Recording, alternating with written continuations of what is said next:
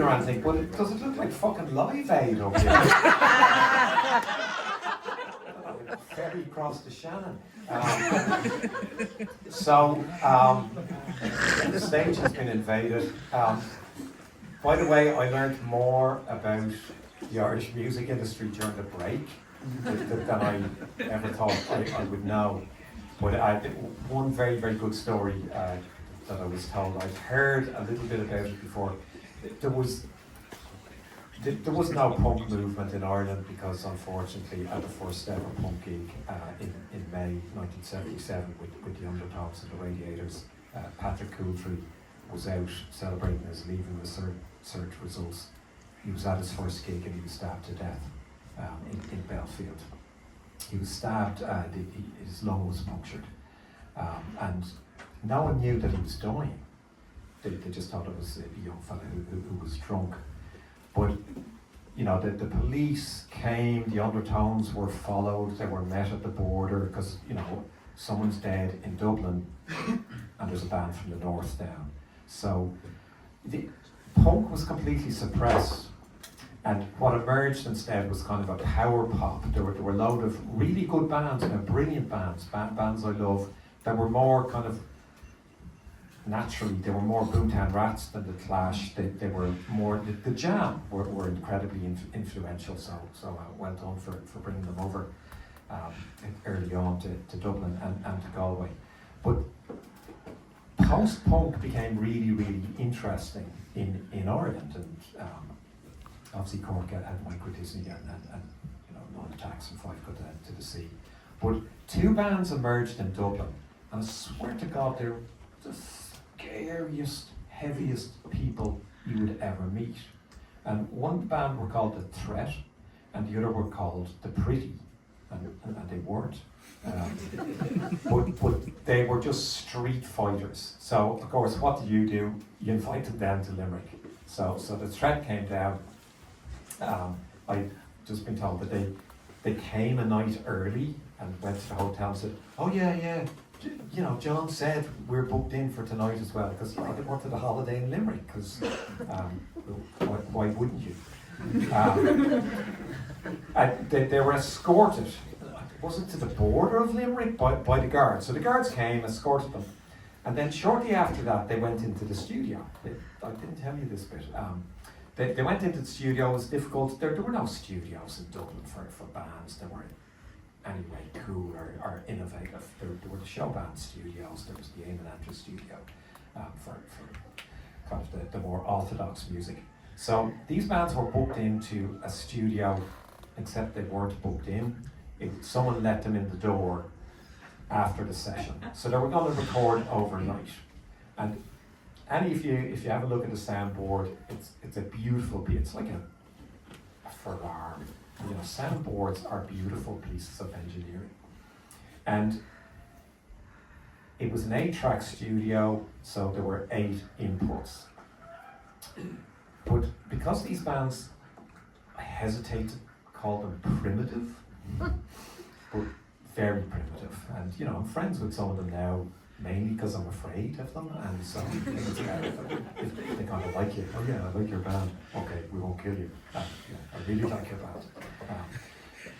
And what you do when you're in the recording studio, you take the levels, and you keep the levels. And maybe if you're using the guitar from level, you know, from input 1, and then you have to do something else from there, you've got the mark from where the level was before. So if you're going back and re-recording that.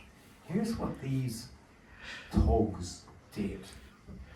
They got a 6-inch nail, and on the mixing desk, they scratched in the levels instead of using the little China marker, you know, to indicate where, you know, they were so heavy. This is, okay, some of you are heavy, I know. But they were so heavy that one of them then joined the Hare Krishnas. And I thought, that's what happens. You know, if you beat too many people up, you know, the karma eventually finds you. But Limerick, you know, thanks for relieving Dublin of those people for the least you're going to pay. And I'm sorry they didn't take up permanent residence.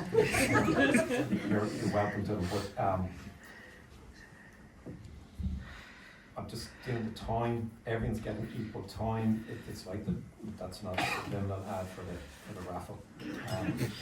Everyone gets the same amount of time. The stage has been invaded. We've loads of people on stage, and Graham, you're right beside me.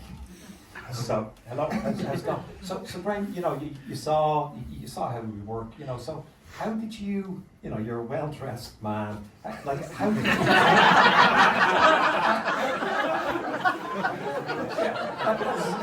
that's no disrespect to panel one. I thought panel one were very well dressed too, I just didn't say it. That's too late, that's too anxious. So how did you get into fashion or music? So when the music, did you have a supportive family environment? Were you listening to CDs, or where did it begin for you? So I'm from Dundalk originally. So my older brother was really into music. He'd always show me lots of music when I was young. He was in a band that would play a lot in the Spirit Store in Dundalk. So that was an early introduction to an Irish music scene. So he'd play with bands like, at the time it was like Ham Sandwich and Féile and stuff. So I'm too young to go to those gigs, but I'd always be say well to them for reading and all this kind of crap. So I was big into music, played guitar, all that kind of stuff. In school, I played music, all of that, all during school. When I went to college, I studied music technology, thinking I want to get into music production, but what it actually introduced me to was video production, and so that became my thing. But because I'd been into music so much and going to gigs in Dundalk in my teenage years and all that, I started just making music videos for my friends' bands. So that is where that took off. So been making music videos in Dundalk, moved to Galway for work. Galway music scene, there wasn't as much happening. I met some people and stuff, but eventually I moved to Limerick and met way more people in bands. A lot of friends putting on gigs under the DIY banner, and continued making music videos. Eventually, the group of us here in Limerick, we set up a festival, Féile and Gréine. Our first festival was in 2018, and I suppose the idea with that was to create a festival that was just accessible. It was the bands that we liked, that we were I wasn't personally booking bands at that point or anything, but the bands that our group were booking, to bring that together into a festival that I guess the idea is that it's like underground challenging music, but to bring that onto a street party setting. So we've been doing that since 2018. We got to a point there in 2020 where we couldn't do the festival due to COVID. So what we ended up doing was making a documentary about the Limerick scene in Limerick called Out of Place. So I directed that, but it was produced by the Féile and Gréine team. So there was a lot of musicians that were both on performing and being the subject of the film, but also in the production of the film as well. So that's a very shortcut way of everything that we got here. But to me that's fascinating, because a lot of people who work in the music scene, like Jane was saying, you fulfill multiple roles. So you've become a historian, you've become a documentary maker of what to me is a fascinating scene. You've made videos to help bands, because that landscape is so crowded that every band is looking for something that they can show off and say this is who we are. And then festivals are becoming more important, and DIY festivals important, because one of the things that came out of the chat in Cork is that festivals that care about your mental health have become really important in this country. Like small festivals where someone will smile at you when you're having your pizza, or when you're, every moment someone cares about you. So tell me a bit about your music taste before you go into the technology side of things. Like, what are you listening to, and then how does that affect when you start making a video? Are you looking to serve the band? Are you looking to serve the genre? Are you looking to make an artistic statement? Yeah, well, in terms of music taste, I mean, you could say it's broad enough or whatever, but I've always been kind of interested in like kind of punk and DIY. Because like as a teenager, it was always like Irish punk, English punk, New York punk, and all that kind of stuff. So I'd always read up, watch documentaries about all that kind of stuff. And when it came to making music videos, I think maybe what attracted me to that was this idea of documenting. I mean, it's not a document of a live performance as such, but it's a way of just kind of, most of the people I would work with are friends, so I'd see the value in what they're doing, and I kind of just always wanted to kind of boost that and support that, and just knowing that I could do something towards that was always something that's just driven me to like work in that direction. What's the other part you asked? You're assuming I can remember. No, just, you know, the multiplicity of roles, you know, so your music taste, you know, Fight Like Apes, you mentioned, you know, through older siblings, and then you're curating festivals, when you're making a video, or you're thinking of some kind of statement for yourself, and does this lead to making a feature-length film, or hesitate to say a proper film? You're like, where do your ambitions take you now that you've learned your skills from DIY? Yeah, well, in terms of like even with what my like when I'm working with a band, say, and making a music video,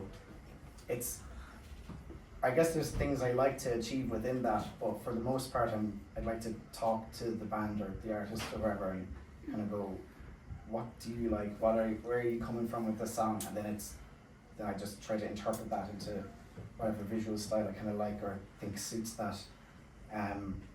When it came to Out of Place, you kind of realize an opportunity kind of arose. I don't think I would have thought of actually just going out and I'm going to make a film, I'm going to make a documentary. It kind of just presented itself, but I realized, I acknowledged that this is an opportunity we could take, and this is something that, because it's done under the banner of Féile and Gréine, we have everybody that can actually use their skills, if it's in music recording, all this kind of stuff, photography, design. We can use this to actually create a film. And it kind of just leading up to, say, 2020, I've been in Limerick a couple of years at that point, and just the music scene and the gigs were just like thriving. They're on nearly every week.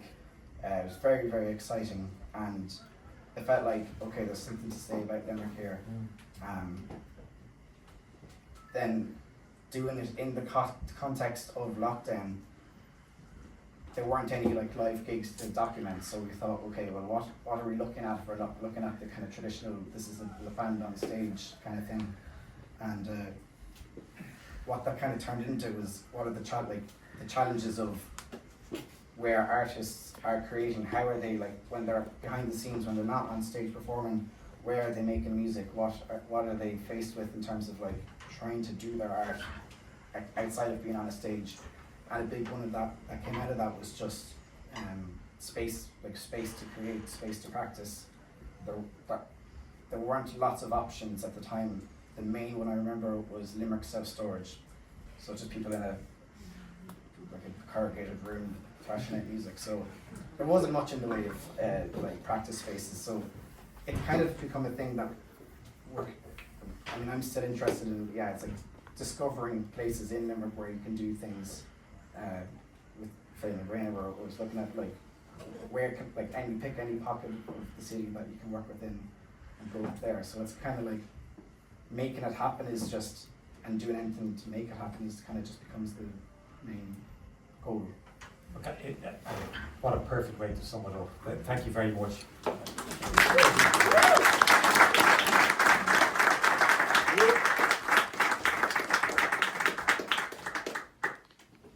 Tara, we kind of know half of your story, but we kind of don't. I'm the as well. second half. Yeah. So what was your background? Did your backgrounds parallel, or did you have supportive family? Where did you start hearing CDs or buying your own? I suppose really, yeah, I did. My one side of my family are all trad, and then the other side of my family are all sopranos and opera singers. So it was kind of, and then I kind of fell into neither.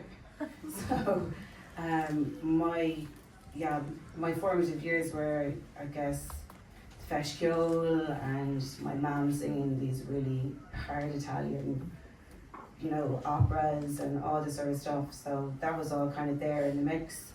But I suppose for me, it's always been pop music. Like Culture Club, Kylie Minogue, Prince, David Bowie. And I had a really cool uncle that introduced me to all that stuff. That just he wasn't into the Fesciol either, so fair enough, like.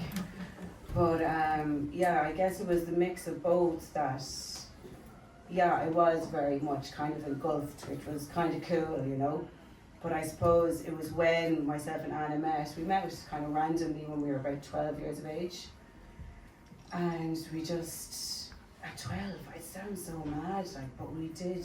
I remember Anna would play her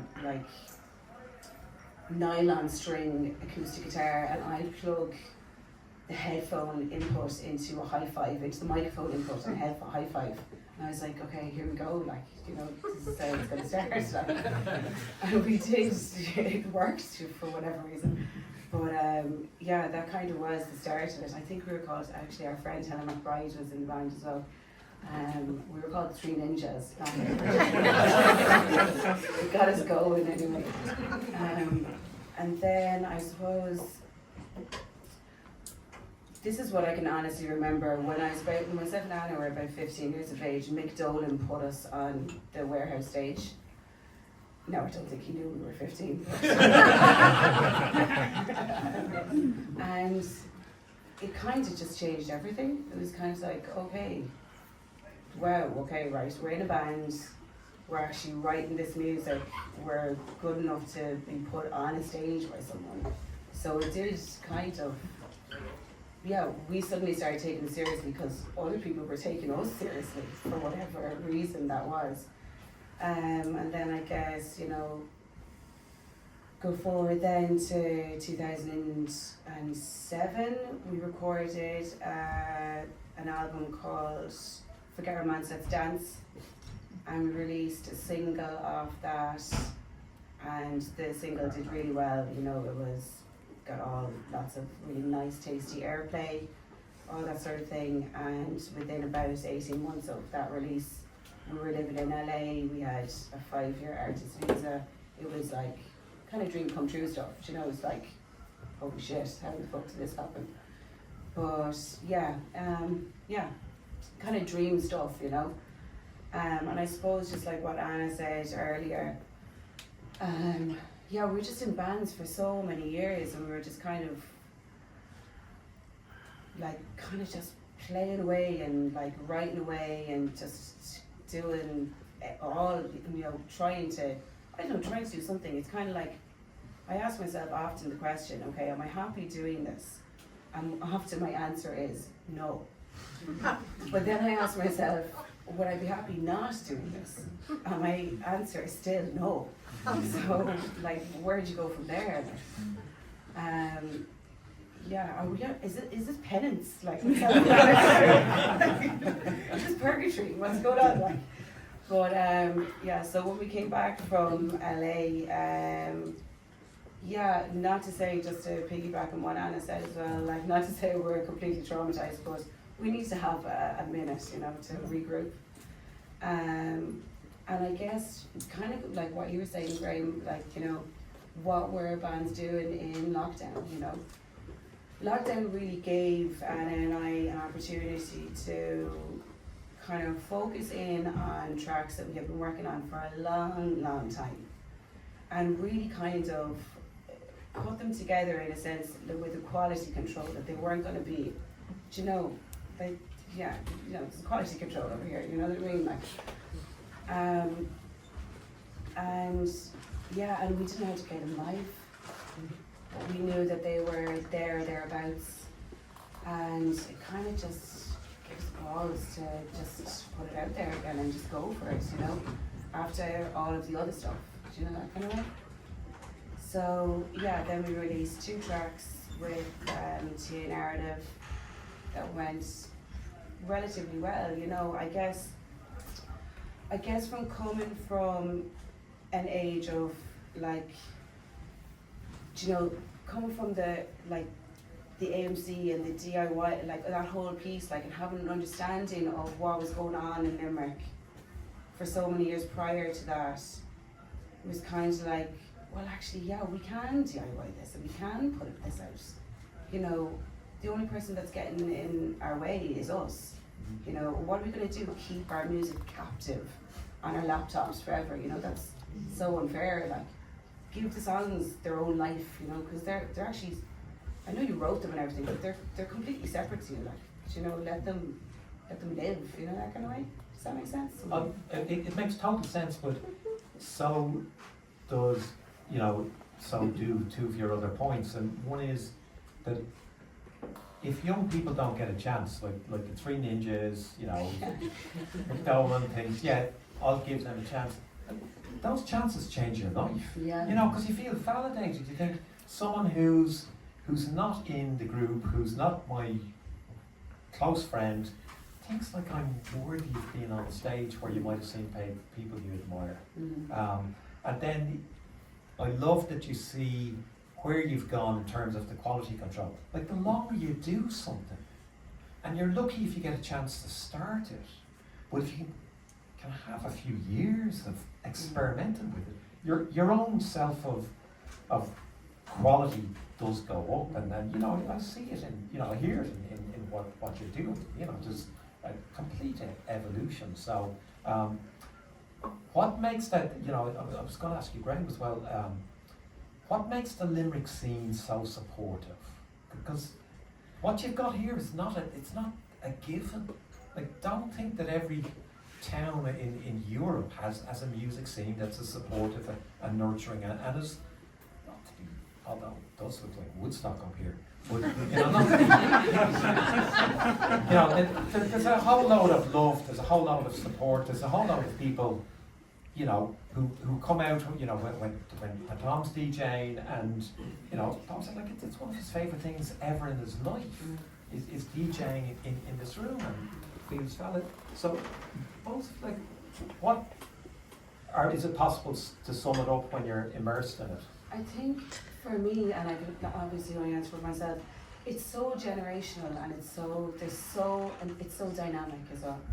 It's like, there's so many generations that have gone on and gone on and gone on, and it's important to know the history as well. So that's why this is so important. I think this is sick, like, it's so important.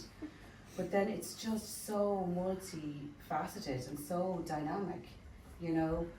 And that's really for Limerick as such an industrial city. It's so dynamic even in its people. And so that's what that's why I feel it's so rich, you know? Yeah. Gréine, what do you see? Yeah, excuse me. I think for me, it's the people that you have around you. There's like a lot of us in doing creative sphere, like we're in creative spheres. We're doing lots of different projects. Everybody's playing in each other's bands or working on something, but everybody's like egging each other on or willing to help or in some capacity. And it's just, that's kind of, you get excited by one person doing one thing, and it kind of drives you to do your own thing, and it just like it works itself out, like it goes from there. Yeah. Brilliant. You know, I grew up, like, DIY is kind of in my DNA, because I always assumed I'd never have any friends or I'd never have any resources, you know, so you would have to do it yourself. And I'm delighted that this new phrase, you know, DIT, do it together, you know, which makes far more sense, and your reach is suddenly multiplied. And the encouragement from people who've done something to someone who might be, you know, a different generation, it's of huge consequence. So thank you to Tara, but thank you to the whole scene as well, you know, for that. So Can I just say as well, just before we finish up, Anna and I, our new record label, SASP Records, we have our launch on the 18th here. Upstairs. You can just come for the food, you know. and Steve, like, what's your story? But it is bit of that. Next. Well, I go like the historical. Yeah, because it's fascinating. Okay, I might be done. So I guess the first 10 years of my life I can siphon at 3 formative musical appreciation instances. And one was my dad was a builder in the 80s, and so he was away kind of working on sites during the week, but he'd come back on Saturday morning and play on the boards by taste, but he played the first song on repeat, which is What's Going On, which is like the best song. And I remember that, I remember everything about it, and it's just the best song. I'm not saying I want to listen to it and that stayed with me my entire life, because Taste were a power trio, loud guitars, like breakneck speed songs. It's like, this is so class. I want this in my life. I'm only 5, but this is what it is. And after that, then I was lucky. Mom and Dad had an extensive record collection, because my mom was the record buyer in Eason's in the 70s, so she had loads of records. So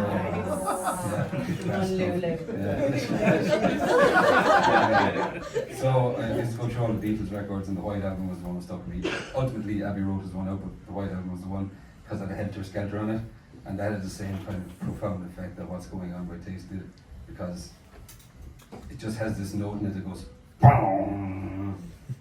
And I just live for that note in the music. It's just that BOOM!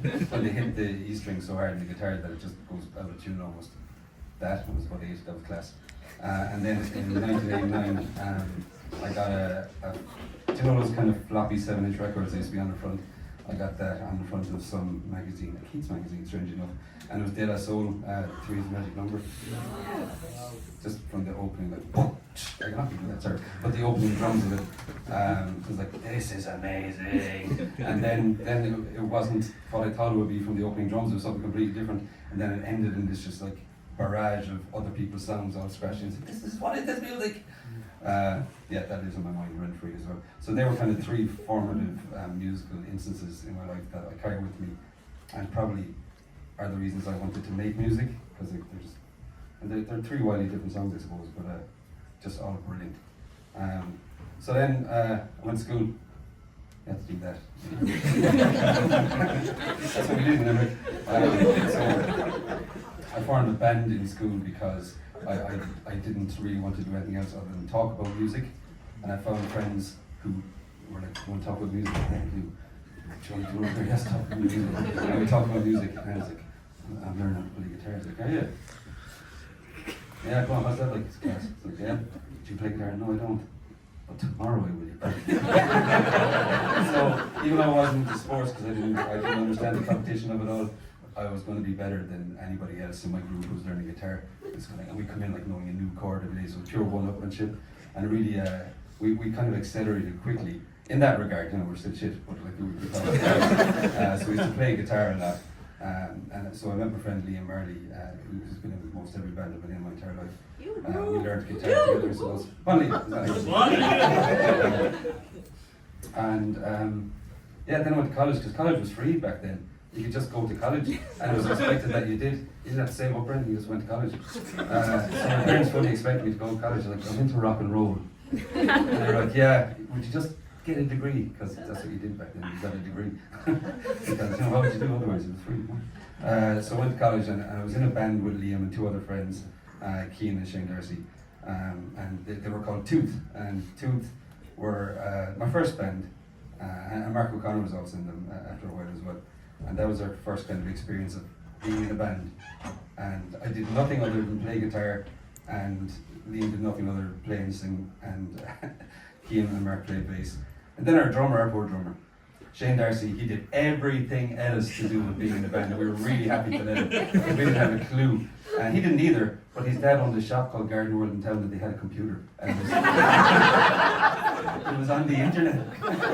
So he could email someone on Friday after school, and then we go in the next Friday to see if someone wrote back to our email.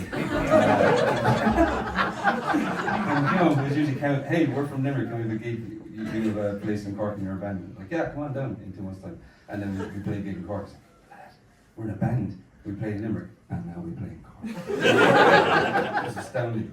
And it happened, and then we played in Dublin, it was immense as well. We were playing in Doyle's in College Green, was that it? With a band called Hot Water Music. And we did pretty okay. We recorded an album with our friend Sean Harland at a studio, and we released it, and we made CDs. That was a learning curve as well, making CDs. And we had to sell them then because they were just there, so we had to play more gigs. So we played in Dublin, and then we got a review in Hot Press. It's a big deal as well. We were playing with a band called the Redneck Manifesto, who are brilliant and good friends of ours, but they were a good support in the early days of Tooth, and they invited us up to Whelan's to support them. But we were stung because poor Richie Egan of the Redneck Manifesto, who were an instrumental band, by the way, for some reason, he uses a microphone to talk in between songs.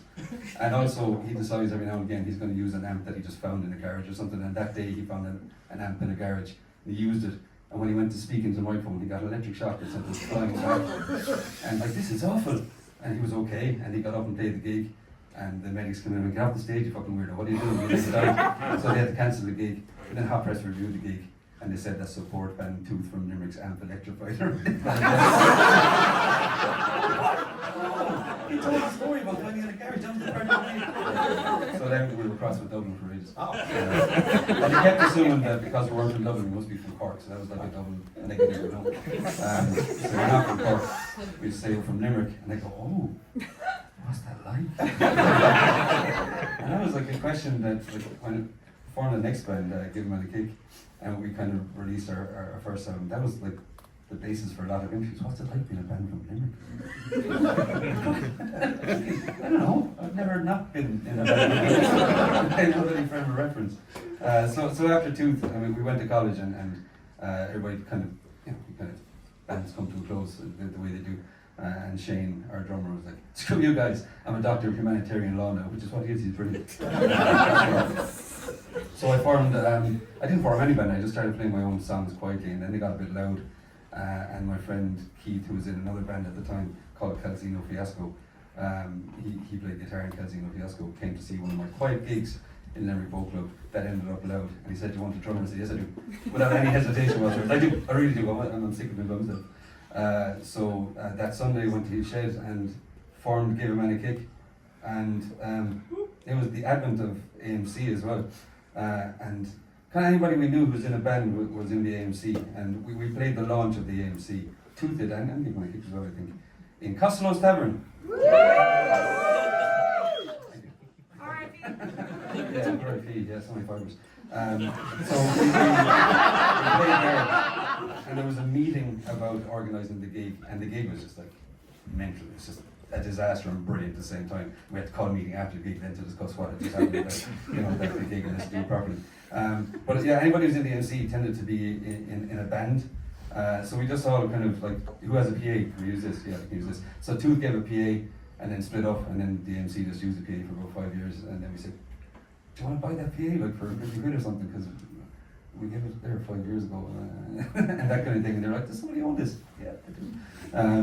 Giveamanakick used to get a lot of AMC gigs because we owned amps and a drum kit, and a band would come into town, but we need amps and a drum kit. It's like, let's call Giveamanakick. They went for years. Like, yeah, because we said yeah to every gig. Like we were just mad to play gigs, and we got to play with some insane bands that were coming through. Ultimately. It was kind of like the AMC had a revolving cast of characters a little bit. I remember Trevor Meehan, who had a brilliant fanzine called Unfit for Consumption. He was running shows in the Savoy, and they were all ages kind of matinee shows, like hardcore. Did a lot of UK hardcore, like Ball Lads and Best and stuff. It was class.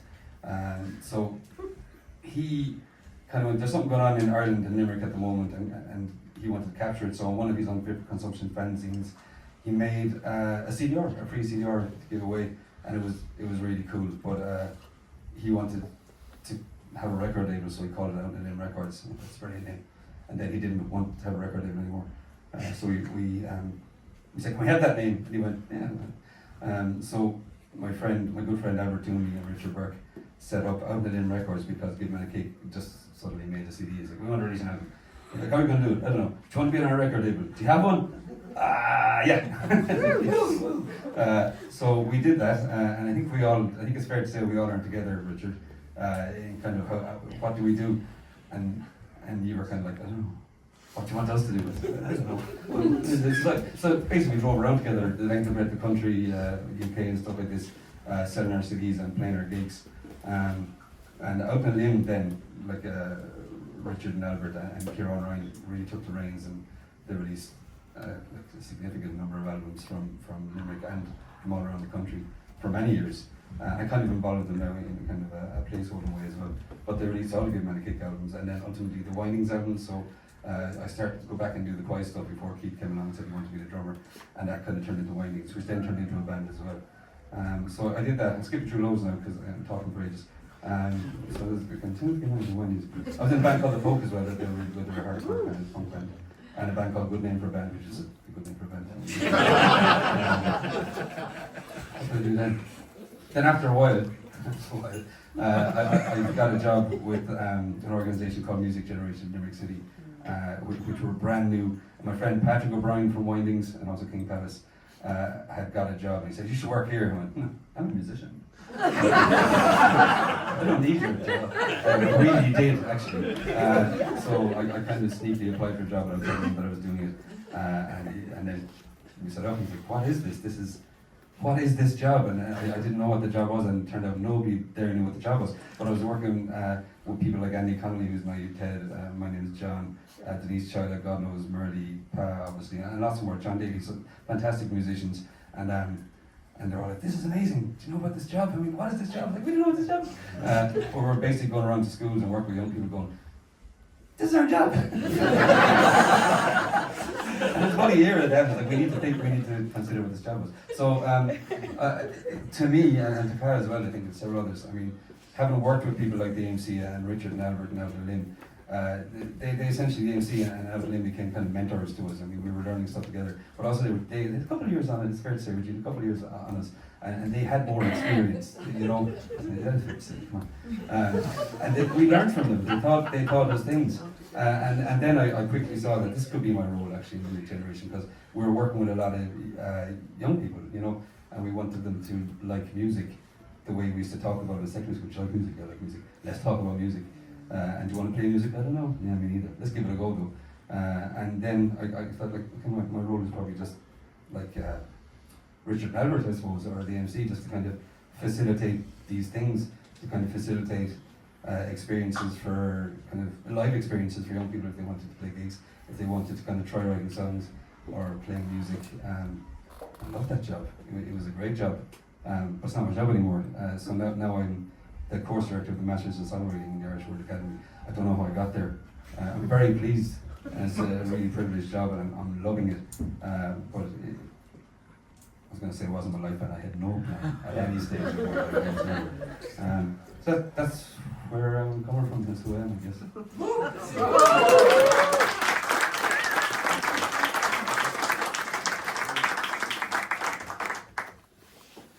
Steve, you've just spoken a book. and you got a great round of applause, which you deserve. But you know, this is the time. But I'm also measuring the sound, and the highest sound level of the whole evening was when the words "music buyer in Eason's." So I don't know what that says about the people who are here. Maybe we'll do a book club. Next up, but thanks a million. That was, you know, no, it was brilliant. It was absolutely brilliant. And John. Yeah. Top that. Yeah. So how did you get into music, and you know, did you have a supportive environment early on for that consumption? Yeah, my first CD wasn't cool though. I know I'm the grimmest looking person up there, but my first CD I got with my own money was the Lighthouse Family.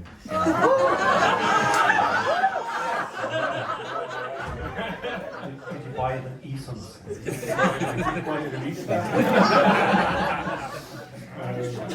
Yeah. No shame, no shame. Yeah, my mum brings it up quite frequently. I think it's still somewhere in my family home. Yeah, look, kind of a formative experience for me was, and funny enough, it was on in Dublin there the other night, The War of the Worlds was my first experience of kind of heavy music and synthesizers. I remember we were driving back from a holiday somewhere, I never really paid attention where we were going, and my parents put that on in the car, and I stopped being mopey and was like, this is very interesting. And that introduced me to Phil Lynott as well, because he had a cameo in that. And he's the coolest Irish person that's ever existed, I think. And I basically tried to style myself like him then for about 10, 15 years. Unsuccessfully in some ways. I bought a few bad pairs of leather pants. And at that point, I was going into internet cafes hoping that the shop in Germany that I was emailing about the pants was legit. I used to forget how you used to send money by, like, almost like a courier. I used to go into, I forget the name of this shop, it's gone now, but I used to give a man money and say, could anyone want to buy these? And he'd send it to the shop in Germany. I got lots of spike bracelets off them as well. I was very scary looking. I've kind of jumped forward largely from War of the Worlds, but I had a neighbour that was into Nirvana. He gave me little tapes and CDs, and that kind of started on that. Discovered The Offspring through him as well. My parents didn't know what to do because they liked Christy more, and I was listening to very quickly got into very heavy music. I got a job because people know me as Tall John, so I was able to lie about my age quite early on. I got into the high school when I was 14, and I got a job quite young, so I was able to buy CDs, a really nice hi-fi system, and I lived in the city for that century, but I'm originally from County Clare, and I could play music really loud in the garage there, so I had a big PA out there, and I got into loads of heavy metal and stuff like that. And when I started coming into gigs in Limerick, there was gigs in high school. There was a cafe, I think it's called, I'm going to say it's called Bar Cafe. It was somewhere on Conway Street somewhere. That's all. And I used to go to gigs there. They were underage gigs. I remember seeing Giveamanakick once or twice there. I've seen there's some people here I know through those bands back in the day. I used to basically see them in Hobo every weekend buying the same clothes, and I kind of became familiar with the local scene, but what I started to notice as soon as the high school was closed was there was no real consistency with gigs. So I started doing gigs in Riddlers, and then I did them in Nesters, and I was kind of doing them with friends and people that told me they knew what they were doing, because unlike everyone else here, I can't play a note, but I was fascinated by music. It was almost like a magic to me. Like, it was, how are they making this stuff happen? And anytime my sister talks about my love of music, she says, well, you tried to play the guitar, but all you wanted to do was look out the window. I was imagining a future where I was putting on gigs. But I was putting on gigs successfully enough, and he's standing over there in the corner, Kieran Culhan, and basically in 2008 we had a mutual friend called Shane Horan who migrated to Cork for his sins, didn't have him. But he introduced Kieran and I to each other. Now, we had met a few weeks previously and actually had an argument, because we were booked in. There was, I forget the owner of Riddlers at the time, Mike? Dave, that was it. He had booked 2 gigs on the same night and tried to blame each one of us, and it was clearly him. And we were both standing there with both having 2 things to do, and sure, we just agreed I'd go on earlier, he'd go on later. But everything's gotten lovely since then. But Shane introduced Kieran and I to each other, and he's a tech wizard. He's the exemplar sound engineer in Limerick, I would say. No. But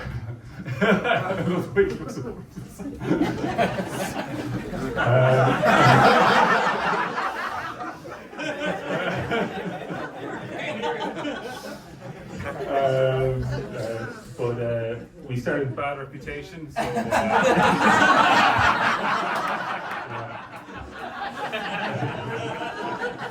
We started Bad Reputation in 2008, and we just took a Tin Lizzy song that worked, and like Cowboy Song would have been a terrible promotion company. There was lots of other, The Boys Back in Town would be a terrible promotion company. that might have drawn different crowds. So we went with Bad Reputation, and we styled ourselves on logo-wise. I was very image focused on how we'd look, how our posters would look, how we'd market ourselves, and we styled our imagery around the Black Sabbath kind of symbol. We had a bat, and we really pushed it hard. I think that was the big thing.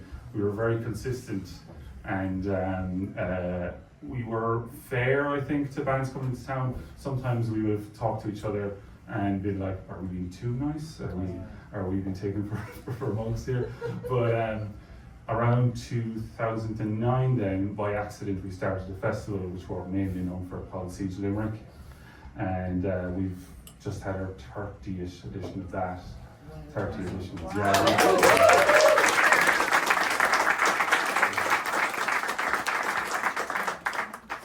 That's a free admission.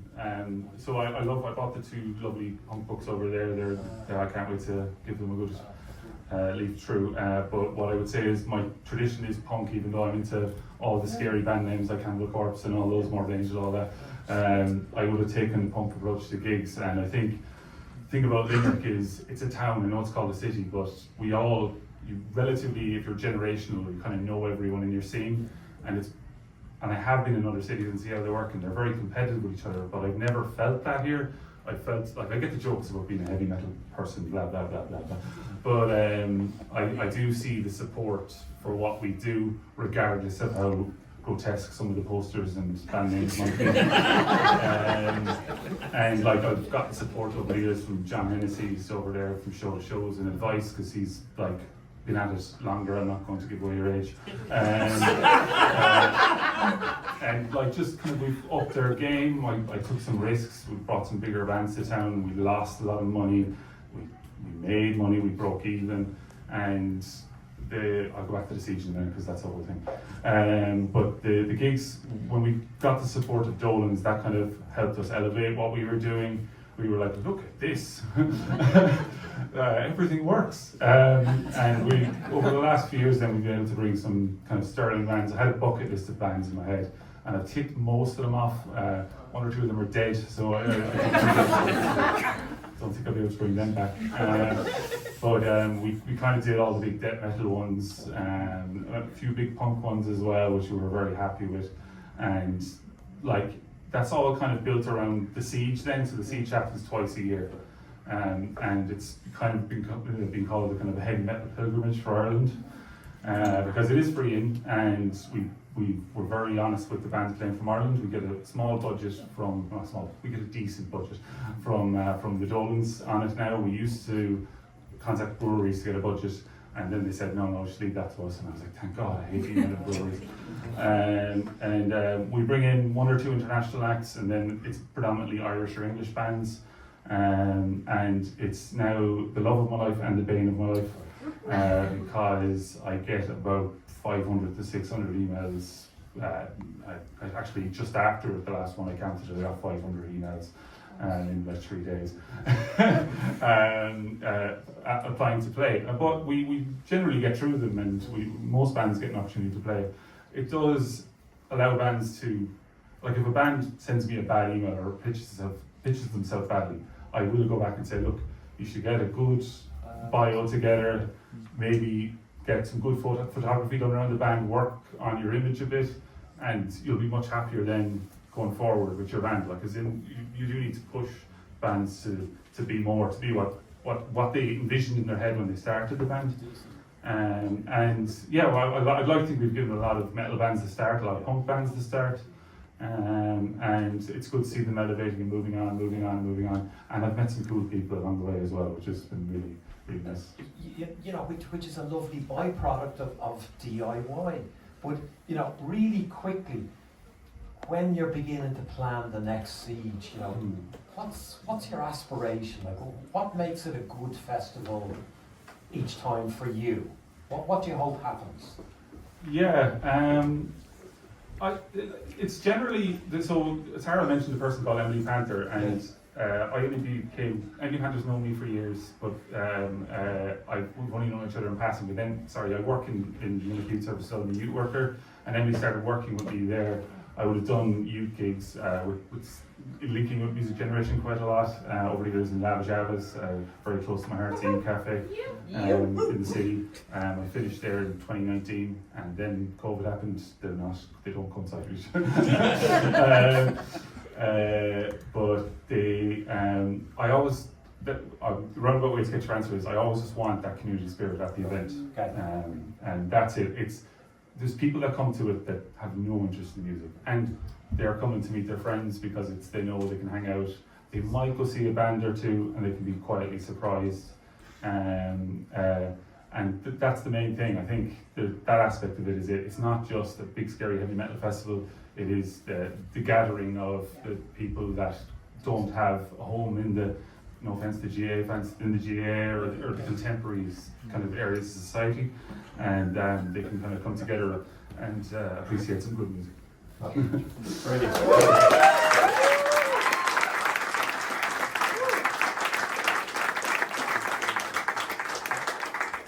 And Niall, great t-shirt, and you told me the story of the t-shirt, which makes it even greater. Now I have to tell them the story. Yeah, exactly. Yeah. I'll get into it. Yeah. So we've given a shout out to Eason, so it's time for other retailers to get involved. But where did you get interested in music, and when did you start spending money to buy music, and then where does that lead you to?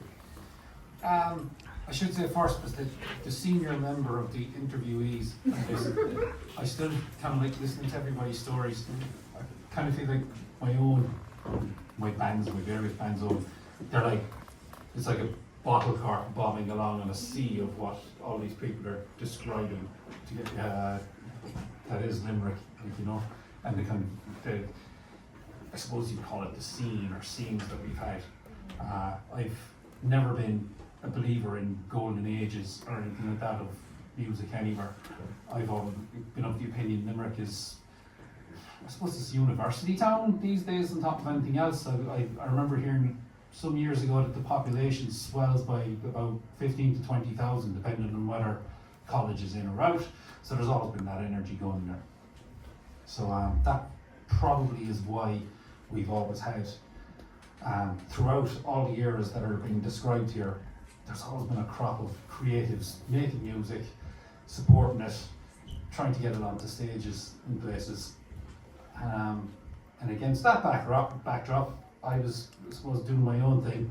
And to answer your initial question of what was it about my first Your early songs music, or whatever, absorbing, that it was inspiration. all, I think this came up in an interview recently actually, because a lot of it was disco and very gay disco in that as well, as a small child, not very gay disco, ABBA, Boney M, but by the time I was a preteen, Dead or Alive, Bronski Beat, Frankie Goes to Hollywood, you can see there's a bit of a theme here. So, I said people were probably nudging my parents, asking, what's the story about Niall? Has he come out yet or whatever? I thought they might have been going, come out? He's never in. Until probably the parents of a couple of local girls about my age arrived at the door and go, there he is now, the pimp in his house. And I see it bouncing up and down there my dog, and I can't walk along, making it feel mighty real. Anyway, one day in 1986, around the time Anna was listening to her, was it Papa Don't Preach? I was watching Music Box, if anyone remembers, Music Box on cable television, and on came a band called Motorhead, and they were playing a song called Killed by Death, and I remember just looking up at the TV, and I might have actually physically gone arm up pointing this way at the TV, but I definitely metaphorically went, I want to be that guy. So a more sort of rock and roll sort of thing kicked in at that point, and I think I was actually starting to write songs anyway at that stage. I wrote a song called Stay With Me, in January 1986. I used to keep a diary as well, by the way, so this is all written down. And there's a song called Stay With Me, which is a real George Michael effort, or attempted George Michael effort. And I probably gave up songwriting for a little while after that, thinking, let's leave that to George Michael. But yeah, it was pissing around with a guitar that had 2 strings in it at home and that.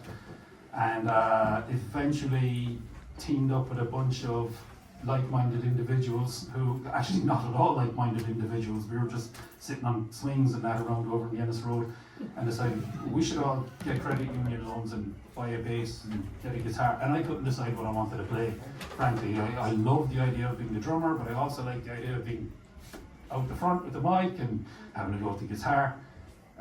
Eventually my dad bought me a drum kit with money I know he didn't have. But I think the school counsellor had told him he either needs to get laid or he needs to bang something. And I think we can agree looking at it, he's not getting laid.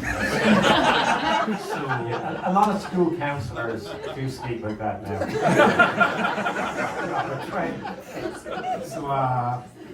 So that was January 2nd, 1988 that I got the drum kit, not that I got laid. And I started banging away. And within about 12 months, we had enough sort of stuff together that myself and Owen, who's out here tonight, and another friend of ours, Hoss, we formed a band. And the first thing we did was, actually I think the first thing we did was book a gig. We had a gig in 2 weeks, so we decided to call ourselves the Hitchers. And we had no set, we had no guitarist. And we had 2 weeks to put all that right. So we quickly cobbled people together and we did a gig down in the Limerick Youth Service Centre. And that went fine. It went as disastrously as you imagine it would go for a bunch of 15 and 16-year-olds. But look, from thereafter, the Hitcher story went on for pretty much a dozen years after that.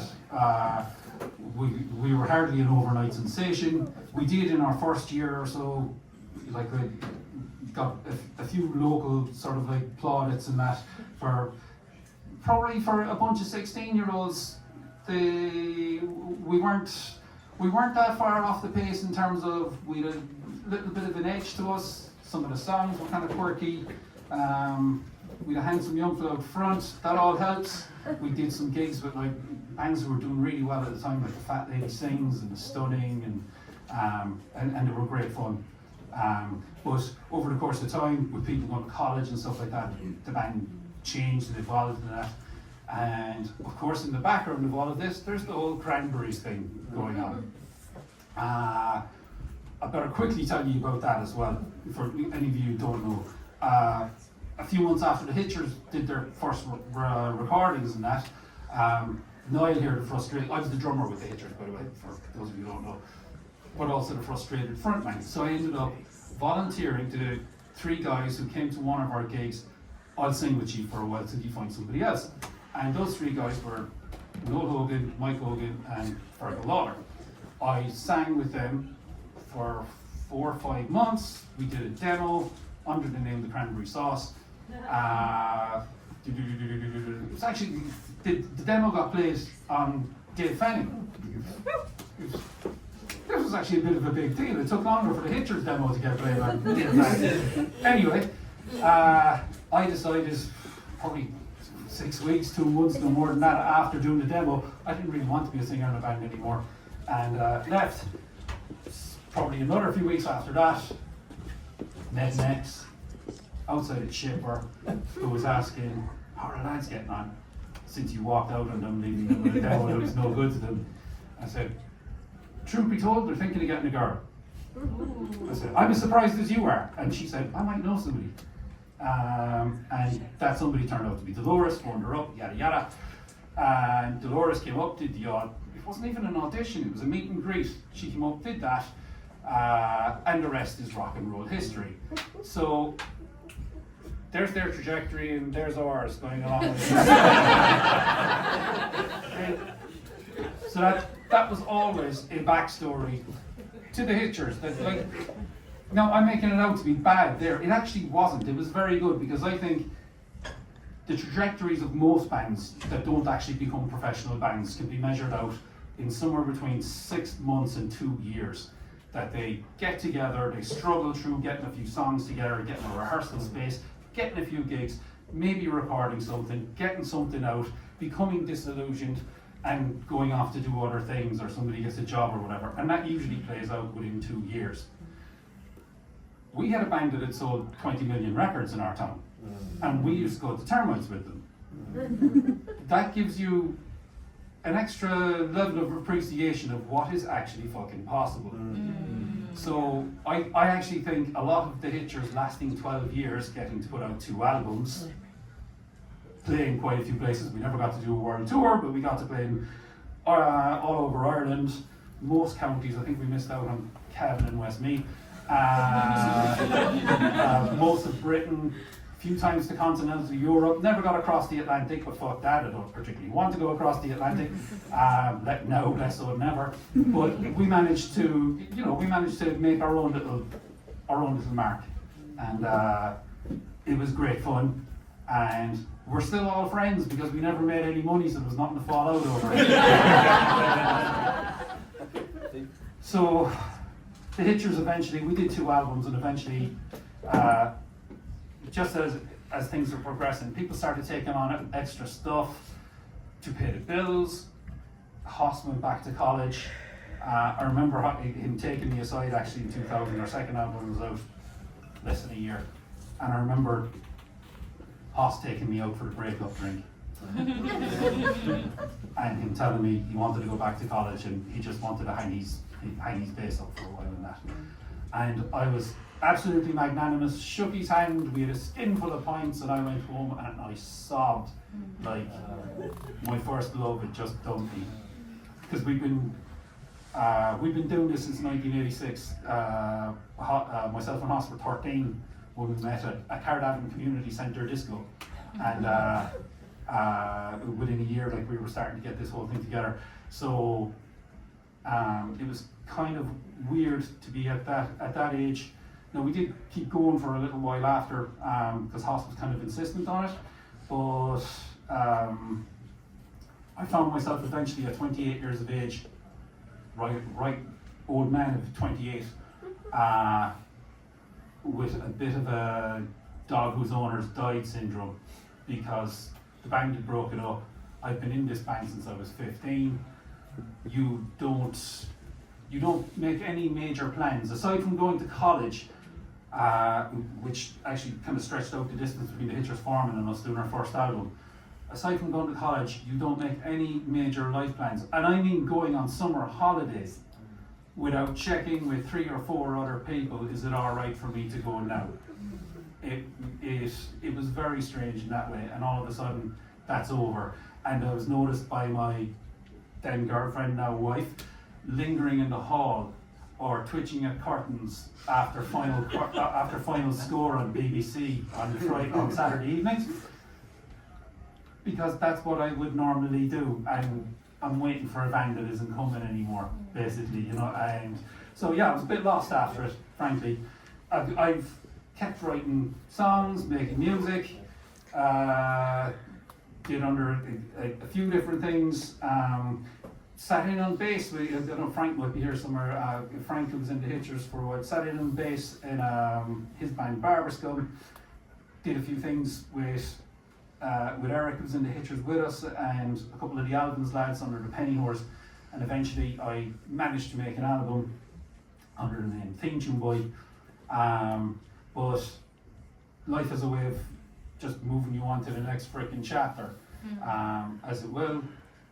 Everybody around us is sort of like getting married, maybe getting mortgages, but you could in those days. Sorry, folks. That's just the way the world's gone, But I remember myself and Eric over there, we went out not long after the Hitchers broke up. Actually, we met a friend of his from back in his County Clare days, who was telling us he had just finished his mortgage. He was 34 years old. This guy was. And me and Eric were just starting into ours. and we both just sort of like glanced at each other with a look that just like, oh. And it's kind of, what the fuck have we done? And sort of, we just mortgaged the best earning years of our lives, chucking it at a rock and roll thing. But you know what, I see it as an investment in mental health. If we hadn't done it, we'd be wondering now what the fuck might have happened if we rolled the dice a little bit. And as I said, we got to do a fair bit. We got, did a few BBC sessions and things like that. They were recorded, they're always there. My kids know their dad was in a band once upon a time. They said, what were they called, the Hitchhikers or something like that. But, it's the kind of thing that keeps you going. I'm still writing and recording, by the way. I'm dreadful at it. Certainly the recording bit anyway. And I refuse to spend money on recording studios or anything like that because you're just not going to make it back. So I tend to just record my own stuff at home. I am absolutely dreadful at recording in the first place and worse at mixing. So, they just come out the way they come out. An awful lot of stuff gets started but doesn't get finished because you're kind of going, Jesus Christ, what was I on when I recorded that? I actually found a recording on YouTube, which means somebody had to upload it to YouTube and that, of a cover version I did of a Donovan song. What's the one? It's the one where they're kicking Billy Bats to death in the in Goodfellas. Way down below the ocean. Atlantis. That's the one.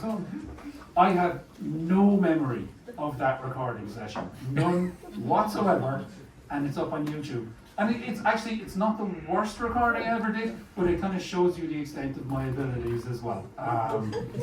So there you go. I think I crammed as much history in there as I could.